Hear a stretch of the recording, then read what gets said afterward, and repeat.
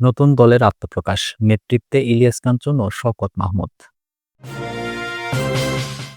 ভোলায় কোস্টগার্ডের অভিযানে অস্ত্রসহ ৩ কুখ্যাত ডাকাত আটক। ভোটের জন্য জনগণের কাছে যান, নেতাকর্মীদের উদ্দেশ্যে বললেন তারেক রহমান। এবং আওয়ামী লীগ নিষিদ্ধের দাবিতে ফেনীতে বিক্ষোভ মিছিল। শুনছিলেন সংবাদ শিরোনাম। পুরো খবর জানতে ভিডিওটি শেষ পর্যন্ত দেখুন। সর্বশেষ খবর পেতে চ্যানেলটি সাবস্ক্রাইব করুন। এবারে জানিয়ে দেব বিস্তারিত। নতুন দলের আত্মপ্রকাশ, নেতৃত্বে ইলিয়াস কাঞ্চন ও শওকত মাহমুদ। নতুন রাজনৈতিক দল জনতা পার্টি বাংলাদেশ এর আত্মপ্রকাশ হলো।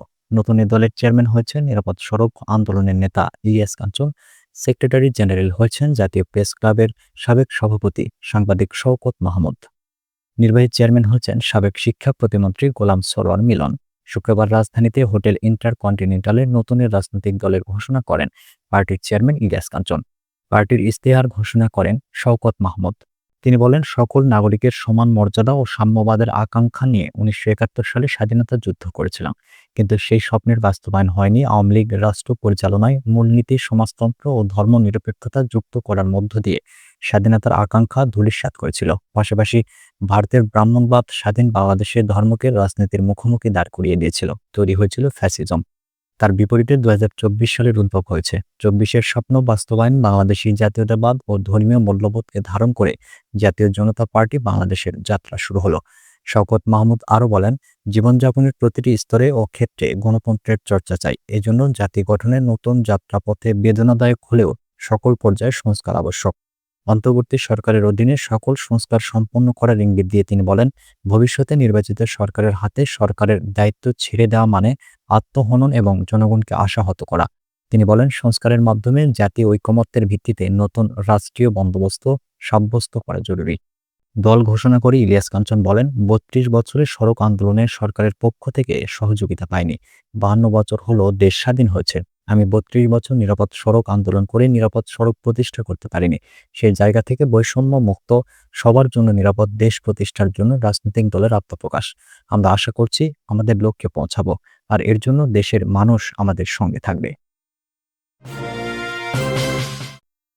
ভোলায় কোস্টগার্ডের অভিযানে অস্ত্রসহ ৩ কুখ্যাত ডাকাত আটক। ভোলার দৌলতখানে কোস্টগার্ডের অভিযানে দেশীয় আগ্নেয়াস্ত্র, কার্তুজ, ধারালো অস্ত্র ও জাল নোট সহ ৩ কুখ্যাত ডাকাত আটক হয়েছে। আটক ব্যক্তিরা দীর্ঘদিন ধরে এলাকায় সন্ত্রাস, ডাকাতি ও চাঁদাবাজির সঙ্গে জড়িত বলে জানিয়েছেন আইনশৃঙ্খলা বাহিনী। শুক্রবার সকালে বাংলাদেশ কোস্টগার্ড দক্ষিণ জোনের মিডিয়া কর্মকর্তা লেফটেন্যান্ট কমান্ডার মোহাম্মদ সিয়ামুল হক স্বাক্ষরিত এক সংবাদ বিজ্ঞপ্তিতে তথ্য জানানো হয়েছে। বিজ্ঞপ্তিতে বলা হয়, গোপন সংবাদের ভিত্তিতে বৃহস্পতিবার দিবাগত রাত ১২টার দিকে কোস্টগার্ড বেস ভোলার একটি বিশেষ দল দৌলতখান উপজেলার মদনপুর চরের একটি নির্জন এলাকায় অভিযান চালায়। অভিযানে ৩টি দেশীয় আগ্নেয়াস্ত্র, ৩টি ধারালো অস্ত্র, ৪ রাউন্ড কার্তুজ এবং একটি ১,০০০ টাকার জাল নোট উদ্ধার করা হয়। এ সময় ঘটনাস্থল থেকে আলাউদ্দিন, জহির উদ্দিন, বাবর ও লোকমান নামের ৩ জন কুখ্যাত ডাকাতকে আটক করা হয়। তারা ৩ জনই ভোলা জেলার দৌলতখান উপজেলার মদনপুর চরের বাসিন্দা।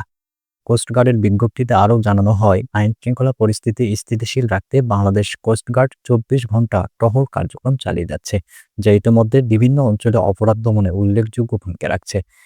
ভবিষ্যতেও এ ধরনের অভিযান অব্যাহত থাকবে বলেও জানানো হয়েছে। আটক ব্যক্তিদের বিরুদ্ধে আইনানুগ ব্যবস্থা গ্রহণের প্রক্রিয়া চলমান রয়েছে। ভোটের জন্য জনগণের কাছে যান, নেতাকর্মীদের উদ্দেশ্যে বললেন তারেক রহমান। বিএনপির ভারপ্রাপ্ত চেয়ারম্যান তারেক রহমান বলেছেন, ভোট যদি আপনার পক্ষে আনতে হয় তাহলে আপনাকে জনগণের কাছে যেতে হবে। আপনার সংস্কার যদি চলমান রাখতে হয়, সেটিকে বাস্তবায়ন করতে হয়, তাহলে আপনাকে জনগণের কাছে যেতে হবে। জনগণ ছাড়া আপনাদের কোনো বিকল্প নেই। বিএনপি আজ প্রতিজ্ঞাবদ্ধ, বাংলাদেশে যে কোনো মূল্যে গণতন্ত্র প্রতিষ্ঠিত করতে হবে। যে কোনো মূল্যে মানুষের ভোটের অধিকার প্রতিষ্ঠিত করতে হবে। বৃহস্পতিবার বিকালে দিনাজপুর শহরের নাজমা গার্ডেন মিলনায়তনে বিএনপির রাষ্ট্র কাঠামো মেরামতের ৩১ দফা ও জনসম্পৃক্তি বিষয়ক দিনব্যাপী প্রশিক্ষণ কর্মশালায় প্রধান অতিথি হিসেবে ভার্চুয়ালি যুক্ত হয়ে নেতাকর্মীদের উদ্দেশ্যে তিনি এসব কথা বলেন।